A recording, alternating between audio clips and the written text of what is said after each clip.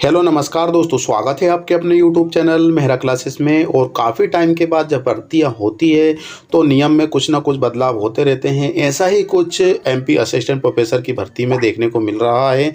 और जैसे कि आपको पता है दोस्तों कि एमपी असिस्टेंट प्रोफेसर के लिए नोटिफिकेशन आउट हो चुका है। 2-3 वीडियो ऑलरेडी हम पब्लिश कर चुके हैं और देख भी चुके हैं। और इस बार इसमें कुछ बदलाव हुआ है और बदलाव यह है कि इस बार परीक्षा के बाद आपका इंटरव्यू होगा।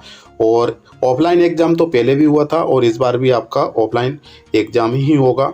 तो 36 विषयों के लिए 1669 पदों पर होगा चयन एमपी असिस्टेंट प्रोफेसर की भर्ती में। तो दोस्तों, इसका सारी जानकारी के लिए हमें चलना होगा आगे की ओर। और आगे बढ़ने से पहले आपसे रिक्वेस्ट जरूर करना चाहेंगे, इसकी latest to latest update, syllabus, exam pattern, सब जानकारी आपको हमारे चैनल के माध्यम से मिल जाएगी। तो चैनल पर नए हो तो चैनल को सब्सक्राइब करना और वीडियो को पूरा देखना ताकि वीडियो अच्छी तरीके से समझ में आए। तो दोस्तों, चलते हैं हम आगे की ओर।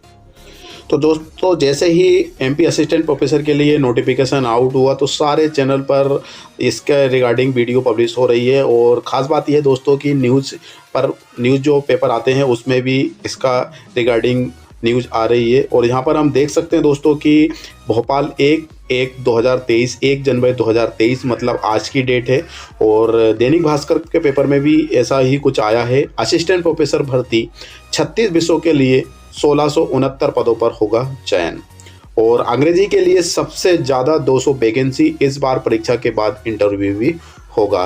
तो सबसे ज़्यादा जो वैकेंसी हमें देखने को मिल रही है अंग्रेजी सब्जेक्ट के लिए, इसमें लगभग 200 वैकेंसी, 200 पद के लिए हम इसमें आवेदन कर सकते हैं। और इसमें इम्पोर्टेंट बात यह है कि जब आप इस एग्ज़ाम को क्वालिफाई कर लेते हैं तो ज्वाइनिंग से पहले आपका एक बार इंटरव्यू भी होगा और इंटरव्यू में भी पास होना आपका कंपलसरी रहेगा। सेट नहीं होने से कैंडिडेट नाराज, बोले ऐसे में प्रदेश के उम्मीदवार को नुकसान है। तो ये तो क्लियर बात हो चुकी है कि यदि हम सेट क्वालिफाई की डेट भी आने वाली है और हम सेट का एग्ज़ाम के लिए काफ़ी दिनों से तैयारी भी कर रहे हैं और इससे पहले ही एमपी असिस्टेंट प्रोफेसर की भर्ती हो रही है, तो सेट देने वाले कैंडिडेट है वो उनको नाराज़ तो होना है, उनका स्वाभाविक बात है। और ऐसे में प्रदेश के उम्मीदवारों को नुकसान भी होना है और ये निश्चित है।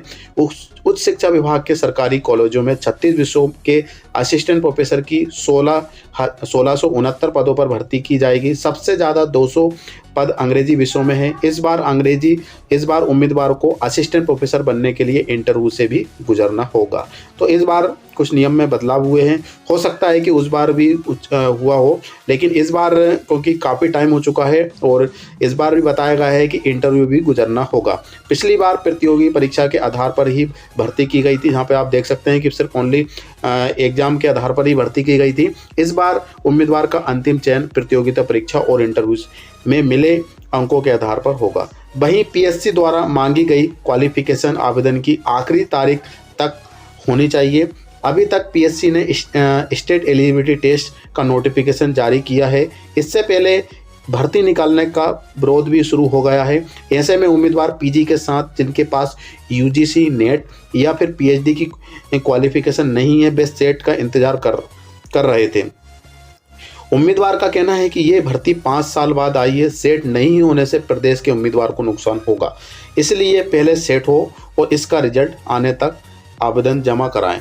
पीएससी के प्रस्तावित एग्जाम कैलेंडर के अनुसार सेट 2022 का आयोजन 9 अप्रैल 2023 को होगा। इधर भर्ती के लिए प्रतियोगिता परीक्षा में कितने प्रश्न पत्र, कितने अंक होंगे, इंटरव्यू का क्या वेटेज होगा, इससे लेकर एग्जाम स्कीम जारी नहीं की है। पीएससी के ओएसडी डॉक्टर आर पंचभाई का कहना है कि इसे जल्दी ही जारी किया जाएगा। तो यहाँ पर अभी सिर्फ ये नोटिफिकेशन जारी हुआ है कि कब से लेकर कब तक हम इसमें आवेदन कर सकते हैं, साथ में इंस्ट्रक्शन क्या है, फीस कितनी लग रही है, आरक्षण कितनी है और इसके बाद वैकेंसी कितनी है। लेकिन उसमें सिलेबस, एग्जाम पैटर्न और जिन्होंने जैसे कि अभी बताया गया है कि इंटरव्यू होगा तो इंटरव्यू में कितने मार्क्स रहेंगे हमारे और कितने ही हमें लाना होगा, क्वालिफिकेशन मार्क्स कितने रहेंगे, तो इसके रिगार्डिंग कोई भी ऐसी विज्ञप्ति जारी नहीं हुई है अभी तक। और ऑफलाइन होगी प्रतियोगिता परीक्षा, ऑलरेडी हम जानते ही है कि पिछली बार 2018 में जब इसका एग्ज़ाम हुआ था तो ऑफलाइन ही हुई थी और इस बार भी ऑफलाइन ही हो रही है। प्रतियोगिता परीक्षा ऑफलाइन होगी, ये OMR बेस्ड होगी, इसमें वस्तुनिष्ठ प्रश्न पूछे जाएंगे। ऑनलाइन परीक्षा के लिए PSC के पास कोई एजेंसी नहीं है। ठीक है, खास बात यह है दोस्तों कि परीक्षा में सफल होने के लिए अनारक्षित वर्ग के उम्मीदवार को हर प्रश्न में न्यूनतम 40% और आरक्षित वर्ग को 10% अंक लाना जरूरी होगा। अब ये दैनिक भास्कर के न्यूज़पेपर में बताया गया है, नोटिफिकेशन में क्या बताया गया है वो हम उसको समझेंगे और इसके रिगार्डिंग वीडियो भी बनाएंगे। यहाँ पर बताया गया है कि वर्ग के उम्मीदवार को हर प्रश्न में जितने ही प्रश्न पत्र होंगे उसमें न्यूनतम 40% और आरक्षित वर्ग को 10% अंक लाना जरूरी होगा। परीक्षा में पास होने के बाद इंटरव्यू के लिए पद से 3 गुना उम्मीदवार को बुलाया जाएगा। जैसे कि अब 40 वैकेंसी है तो ज़्यादा से ज़्यादा 3 गुना मतलब 40 थी 120 स्टूडेंट को जहाँ पर बुलाया जाएगा और उसमें से छँटती की जाएगी, लेकिन उसमें से रखेंगे कितने लोगों को?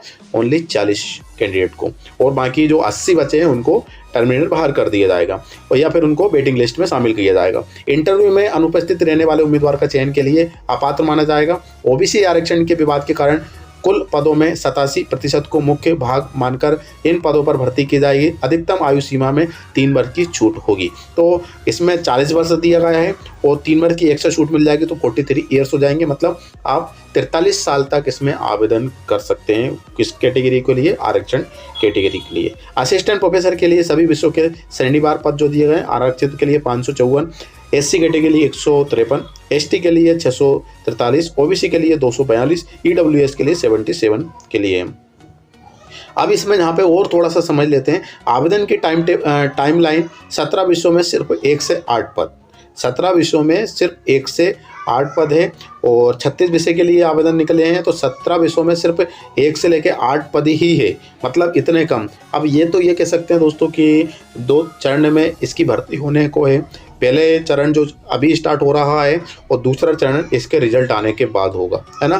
तो पहले चरण में हो सकता है कि इसमें कम भर्ती हो और तो हो सकता है कि दूसरे चरण में ज़्यादा भर्ती हो, या फिर हो सकता है कि इसमें ज़्यादा भर्ती हो और उसमें कम भर्ती हो। तो अभी कुछ कह नहीं सकते। 4000 पद के लिए आवेदन निकल रहे हैं तो जहाँ पर कितने 1669 पद के लिए आवेदन निकले, हम आवेदन कर सकते हैं तो समथिंग 2200-2300 के आसपास आवेदन सेकेंड चरण में होगा। तो आवेदन की टाइमलाइन 17 विषयों में सिर्फ 1 से 8 पद। इन विषयों के लिए 15 फरवरी से 14 मार्च तक होंगे आवेदन। जीव रसायन पद में 1, वनस्पति शास्त्र में 126, रसायन शास्त्र में 160, रसायन भौतिक में 1, कॉमर्स में 124, रसायन ऑर्गेनिक में 1 के लिए। इन विषयों में 20 फरवरी में 19 मार्च तक कर सकेंगे आवेदन। नृत्य के लिए 2, अर्थशास्त्र के लिए 104, अंग्रेजी के लिए 200, भूगोल सब्जेक्ट के लिए 23, भूगर्भ शास्त्र के लिए जहाँ पर 7 पद है, पर्यावरण विज्ञान के लिए 1 है। इन विषयों के लिए 1 से 31 मार्च तक हम आवेदन कर सकते हैं।